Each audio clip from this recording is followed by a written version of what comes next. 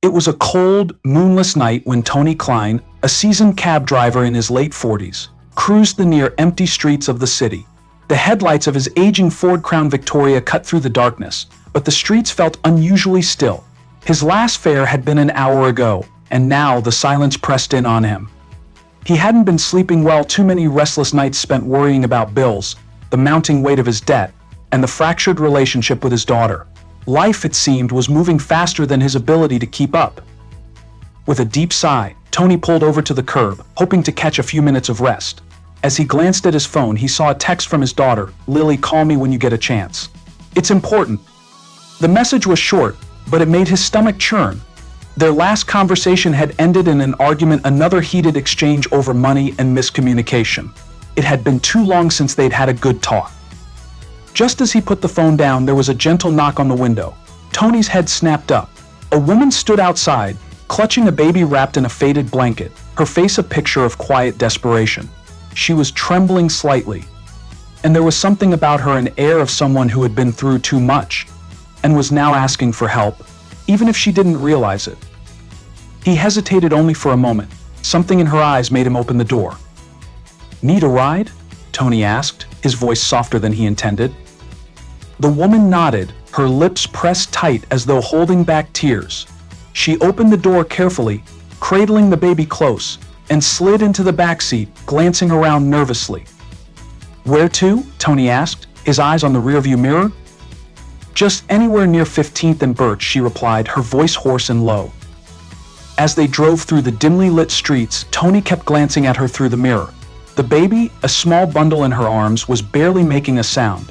Tony noticed how stiff her posture was, as though every move pained her. He'd seen all kinds of people in his cab, but there was something different about her. She wasn't just tired, she was weary, broken. "You okay?" Tony asked gently, the silence between them thickening. She gave a small, almost imperceptible nod. "Just a bad night," she muttered. "A really bad night." Tony didn't press. He knew better than to force conversation when someone didn't want to share.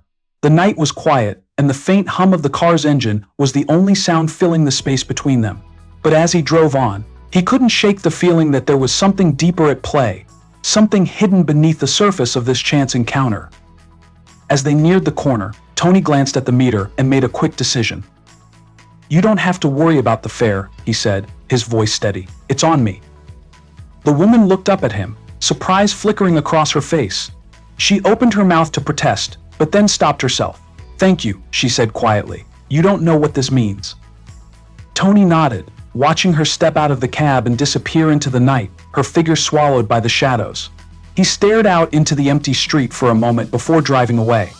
Something about this brief exchange lingered in his chest, a quiet warmth in the midst of his own troubled thoughts.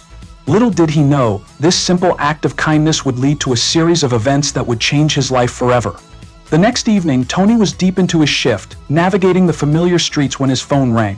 The number was unfamiliar, but it wasn't unusual for people to call for a ride. What caught Tony off guard was the urgency in the voice that greeted him. "Tony Klein?" the voice asked, deep and gravelly. "Yeah, who's this?"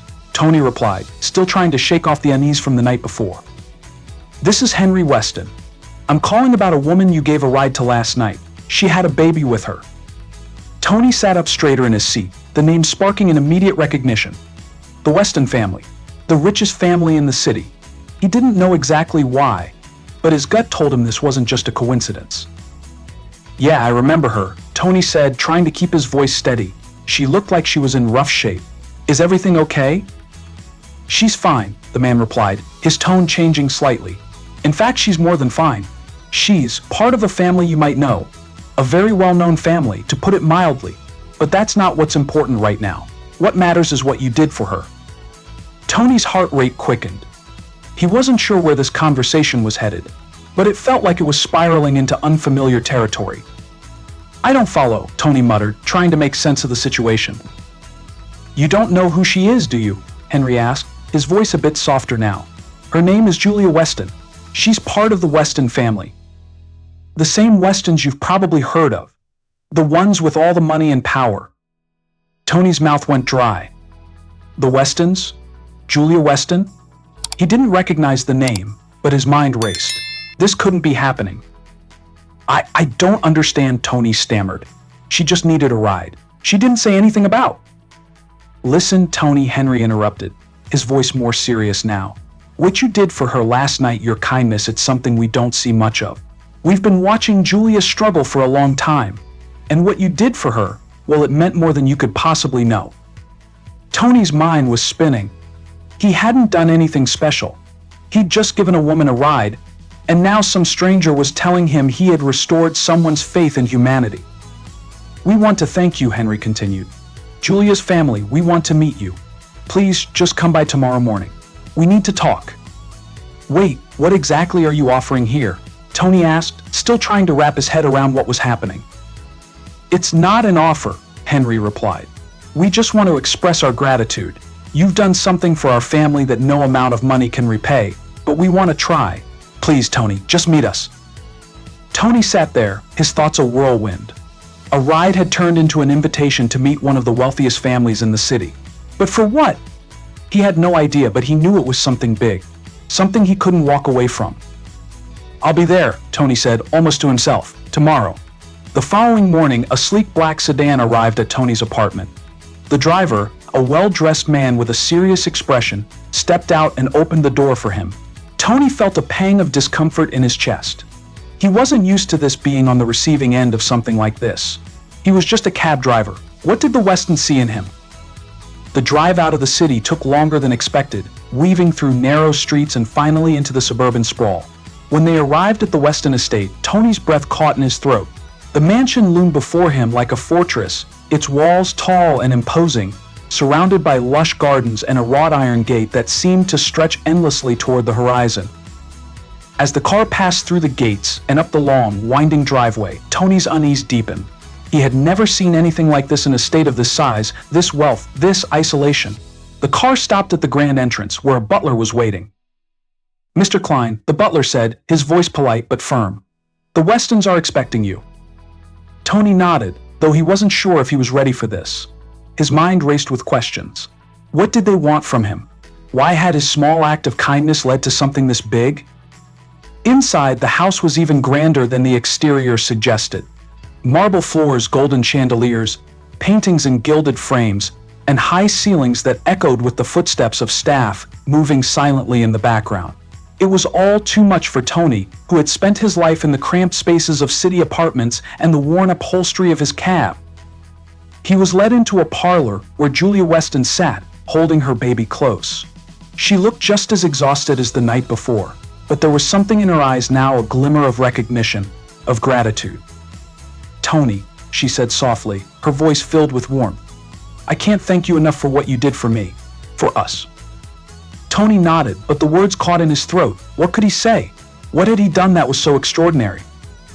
You gave me more than just a ride, she continued, her voice trembling slightly. You gave me hope, and for that I will be forever grateful.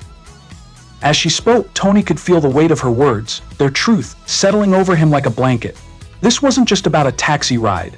It was about a woman who had felt lost, hopeless, and had found someone who cared. Henry Weston, standing near the fireplace, stepped forward. His presence was commanding, but his eyes held a quiet sincerity. We know what you've been through, Tony, he said, and we want to help. You've shown the kind of kindness that we rarely see. We want to offer you something: financial assistance to clear your debts, a position at one of our businesses, something to start fresh. It's the least we can do. Tony felt the air leave his lungs. He'd heard of people getting help from wealthy benefactors, but he never thought it would happen to him. Could he accept such an offer? Should he? His gaze shifted to Julia, to the baby in her arms, and to the family that had gathered around him. His heart pounded. His own struggles seemed so small now, compared to the difference he had made in her life. Thank you, Tony said, his voice steady but filled with emotion. I don't know what to say. You don't have to say anything, Henry said, smiling warmly. Just know that we're grateful, and that we see you. Months passed, and Tony's life began to shift in ways he never could have imagined.